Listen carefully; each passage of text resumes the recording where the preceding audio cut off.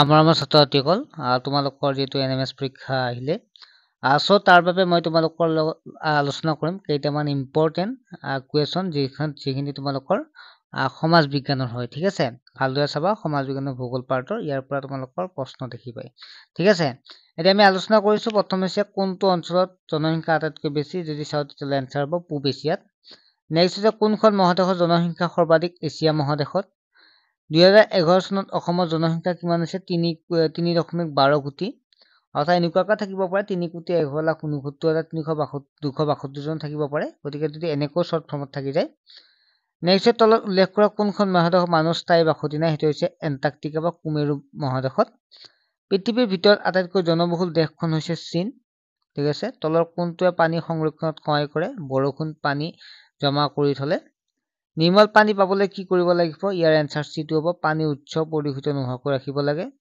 তলৰ কোনটো শক্তি সংৰক্ষণত সহায় নকৰে জীৱাশ্ম ইন্ধন ব্যৱহাৰ অধিক হ'লে ছাত্ৰ-ছাত্ৰীসকল তাৰ আগতে তোমালোক জনাই থওঁ যে আমাৰ ক্লাছ 8ৰ এটা অনলাইন ক্লাছ লৈ আছে মেথ সায়েন্স আৰু ইংলিছৰ বাবে মাত্ৰ 119 টকা লাইভ ক্লাছ পাবা তোমালোকে সম্পূৰ্ণ পাই যাবা তোমালোকে কোৰ্সটো গতিকে কোনোবাই জইন হ'ব যে হ'ব পাৰে তোমালোকে বছৰীয়া পৰীক্ষালৈকে যি 3 মাহ আছে এই 3 মাহত তোমালোকৰ ক্লাছটো হৈ যাব গতিকে কোনোবা যদি ছাত্ৰ-ছাত্ৰীয়ে জইন হ'ব বিচাৰে নাম্বাৰটো দেখা পাইছে নাম্বাৰটো SMS কৰিবা তাৰ পিছত তোমালোকৰ QR কোড এটা দি দিয়া হ'ব তাতে তোমালোকে 100 টকা পেমেন্ট কৰি 119 টকা পেমেন্ট কৰিলে তোমালোকে ক্লাছত জইন হ'ব পাৰা সিট কম আছে গতিকে সোনকালে জইন হৈ লোৱা দ্ৰাঘিমাংশৰ অক্ষাংশৰ ভিত্তিত প্ৰথম মানচিত্ৰ অংকন কৰিছিল টলেমিয়ে 1 বা 10,000 এনেদৰে প্ৰকাশ কৰা স্কেলবিধ হ'ল ইয়াৰ যদি আমি এনচাৰটো চাওঁ তেতিয়াহ'লে ৰৈখিক স্কেল আটাইতকৈ প্ৰাচীন মানচিত্ৰ উদ্ধাৰ কৰিছিল মেছপটমিয়াত সাধাৰণতে শীতল পানীৰ সোঁত পতিত হয় মেৰু অঞ্চলত দিনটোত দুবাৰ সাগৰ পানী উঠানমা কৰাকে কোৱা হয় জোৱাৰ ভাটা চুনামি শব্দৰ অৰ্থ হ'ল সাগৰৰ ঢৌ নেক্সট হৈছে সাঁতুৰিব পৰা সাগৰীয় প্ৰাণীবোৰ ইয়াত এইটো 1 মিনিট চুনামি শব্দৰ অৰ্থ হ'ল এটা যিটো আছে চিটো হ'ব ইয়াৰ শুদ্ধ উত্তৰ ঠিক আছে ইয়াত হেৰি হৈছে পেটাছয় ঢৌ হ'ব ঠিক আছে চিটো হ'ব শুদ্ধ উত্তৰ সাঁতুৰিব পৰা সাগৰীয় প্ৰাণীবোৰক কোৱা হয় বেন্থছ বুলি কোৱা হয় অভ্যন্তৰীণ ভাৰতৰ স্থান পৃথিৱীৰ প্ৰথম স্থানত আছে ভাৰতৰ প্ৰথমে ৰেল চলিছিল 1853 চনত ভাৰতৰ দ্বিতীয় ৰাষ্ট্ৰীয় ঘাইপথটো হ'ল 44 নম্বৰ ৰাষ্ট্ৰীয় ঘাইপথ ভাৰতৰ আটাইতকৈ বেছি পথৰ ঘনত্ব থকা ৰাজ্যখন হ'ল কেৰালা নেক্সট হ'ল ব্ৰহ্মপুত্ৰ নৈৰ উচ্চ হিমবাহটোৰ নাম কি হৈছে চেমাউংডুং ব্ৰহ্মপুত্ৰ নৈৰ মুঠ দৈৰ্ঘ্য কিমান 2906 কিলোমিটাৰ ব্ৰহ্মপুত্ৰ উচ্চ কোন ৰাষ্ট্ৰত আছে ব্ৰহ্মপুত্ৰ উচ্চ চীন ৰাষ্ট্ৰত আছে উচ্চগতি অঞ্চলত নদীৰ গতিপথ কেনেকুৱা আকৃতি কেনেকুৱা ইয়াৰ আনসাৰ হৈছে ইউ আখৰটোৰ দৰে ব্ৰহ্মপুত্ৰ নৈ কি ৰাষ্ট্ৰৰ মাজেৰে বৈ গৈছে ইয়াৰ এনচাৰটো হৈছে তিব্বত চীন ভাৰত বাংলাদেশ আদি ছাত্ৰ-ছাত্ৰীসকল সম্পূৰ্ণ নোটছ বা তোমালোকে PDF আগৰ ক্লাছবিলাক সম্পূৰ্ণ পাবা মাত্ৰ 50 টকাত ঠিক আছে তোমালোকৰ নিজৰ কনফিডেন্স থাকিলে সময় কম থাকিলে তোমালোকে পঢ়িব পাৰিবা কিছু হলেও উপকৃত হ'ব পাৰিবা গতিকে তোমালোকে লৈ লোৱা মাত্ৰ 50 টকাত তোমালোকে হোৱাটছএপত SMS কৰিলে হ'ব তোমালোকে সম্পূৰ্ণ নোটছ আগৰ কুৱেশ্যন পেপাৰ আগৰ ভিডিঅ'বিলাক লগতে তোমালোকে লাইভ ক্লাছ সম্পূৰ্ণ পাই যাবা ঠিক আছে বৰ্তমান অসমত কেইখন চিকিৎসা মহাবিদ্যালয় আছে 6খন চিকিৎসা মহাবিদ্যালয় আছে অসমৰ ৰাষ্ট্ৰীয় কাৰিকৰী প্ৰতিষ্ঠানখন ক'ত অৱস্থিত যিটো শিলচৰত অৱস্থিত সুস্থ শৰীৰৰ বাবে মানুহক কিহৰ প্ৰয়োজন সুস্থ শৰীৰৰ বাবে পুষ্টিকৰ খাদ্যৰ প্ৰয়োজন পুষ্টিকৰ হ'ব লাগে লিখোতে প্ৰিন্টিং মিষ্টেক হৈছে আকৰিক লোক কেঁচামাল হিচাপে ব্যৱহাৰ হোৱা এবিধ উদ্যোগৰ নাম লিখা ইয়াৰ হৈছে লোতিখা উদ্যোগ এবিধ ইন্ধন খনিজৰ নাম লিখা ইয়াৰ হৈছে এনচাৰ খাৰুৱা তেল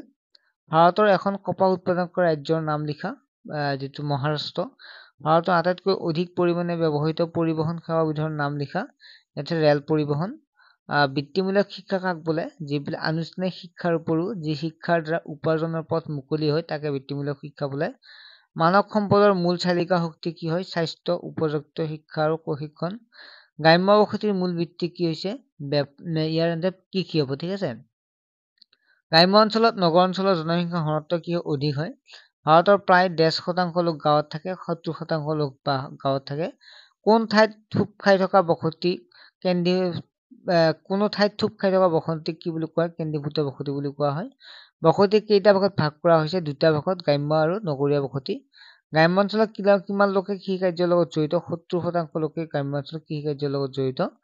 নগৰৰ কেন্দ্ৰীয় অঞ্চলটো হাইকৈ কি কাৰ্যৰ লগত জড়িত? ইয়াৰ আনচাৰ ব্যৱসায় বাণিজ্যৰ লগত জড়িত। উৎপত্তি কালৰ ভিত্তিত ভাৰতৰ নগৰসমূহক কেইটা শ্ৰেণীত ভাগ কৰা হৈছে? আমি চব প্ৰাচীন নগৰ, মধ্যযুগৰ নগৰ আৰু আধুনিক নগৰ তিনিটা ভাগত ভাগ কৰা হৈছে। লোকপিয়ল বিভাগে নিৰ্দিষ্ট কৰি দিয়া মতে ভাৰতৰ নগৰ এখনৰ প্ৰাৰম্ভিক জনসংখ্যা কিমান হ'ব লাগে? ৫,৫০০ জন হ'ব লাগে। অসমৰ একমাত্ৰ পৌৰ নিগমৰ পৰিচালিত মহানগৰখনৰ নাম কি? গুৱাহাটী। অৰ্থনৈতিক আৰু উন্নয়নৰ মূল নিৰ্দেশক কেইটামান নাম উল্লেখ কৰা। ইয়াত যদি চাওঁ তেতিয়াহ'লে লিখাই আছে তোমালোকে ৰাস্তা ঘাট দলং এইবিলাক হৈছে অৰ্থনৈতিক উন্নয়নৰ মূল নিৰ্দেশ। ঠিক আছে, এতিয়া প্ৰশ্ন আহি যায় বিত্তীয় অনুষ্ঠান প্ৰতিষ্ঠান কাক বোলে? যিবিলাক অনুষ্ঠান প্ৰতিষ্ঠানে হস্তকালীন, মধ্যকালীন আৰু দীৰ্ঘকালীন ঋণৰ যোগান ধৰি মানুহক উৎপাদনক্ষম আৰু আত্মনিৰ্ভৰশীল কৰাত অৰিহণা যোগায়। বেংকে কৰা দুটা উল্লেখযোগ্য কামৰ উদাহৰণ দিয়া। ইয়াৰ হৈছে গ্ৰাহকৰ ধন বেংকত জমা ৰখা হয়, গ্ৰাহকক ঋণ প্ৰদান কৰা হয়। আমাৰ দেশৰ কেন্দ্ৰীয় বেংকক কি নামেৰে জনা যায়? Reserve bank of India. নেটভিৰ সাহায্যত উৎপাদিত সামগ্ৰীসমূহ ক'ত বিক্ৰী হয়? ইয়াৰ এনচাৰ হৈছে আমবাৰীস্থিত নেটভি হাইটত। ঠিক আছে, নেটভিৰ। নেক্সট হ'ল এখন দেশৰ উৎপাদন প্ৰক্ৰিয়াৰ এক অন্যতম কাৰক হ'ল, ইয়াত এনচাৰখিনি ধুনীয়াকৈ দিয়া আছে। এইকেইটাবোৰ আমি আলোচনা কৰিম পিছত।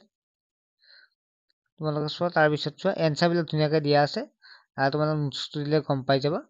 পৰীক্ষা ইম্পৰ্টেণ্ট কৰা হৈছে। নেক্সট কেইটা চোৱা। ভগদত্তৰ জীয়ৰীৰ নাম কি আছিল? ইয়াৰ এনচাৰ হৈছে ভগদত্তৰ জীয়ৰীৰ নাম আছিল ভানুমতী। এইকেইটা প্ৰশ্ন তোমালোকৰ মই আগতে আলোচনা কৰিছো, আগৰ ক্লাছটোত চাই ল'বা। এইকেইটা তোমালোকে পাইছে, তাৰ পিছৰখিনি আমি আলোচনা কৰিম। ঠিক আছে, ইয়াৰ পৰা চাবা। হয়গ্ৰীৱ মাধৱ মন্দিৰ নৰনাৰায়ণে নিৰ্মাণ কৰিছে, এইখিনি চাবা। তাৰপিছত মধ্যযুগত শাসন আছিল ৰাজতান্ত্ৰিক। পাইক প্ৰথা প্ৰচলন কৰিছিল আহোমসকলে। টঙালী হাছতি বড়োসকলৰ, ইয়াত বাৰভূঞাসকলৰ অৱদান আছিল। ইয়াত আছে কছাৰীসকলে নদ নৰ্দমা নিৰ্মাণ কৰাত আগৰণুৱা আছিল। ছাত্ৰ ছাত্ৰীসকল তাৰপিছত চাবা তোমালোকে পাইক প্ৰচলন কৰিছিল আহোমসকলে।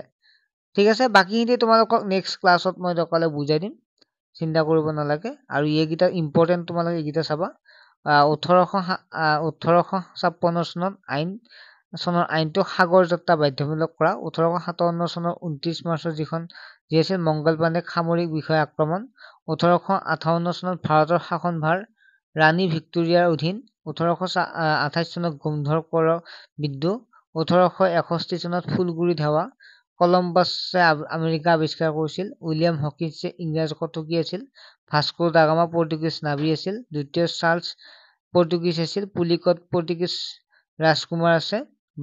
ৰাজা ৰামমোহন ৰায়ে ব্ৰাহ্ম সমাজ, তাৰপিছত ৰামকৃষ্ণ পৰমহংসদেৱে ৰামকৃষ্ণ মিছন। ছাৰ সৈয়দ আহমদ খানে আলিগড় আন্দোলন।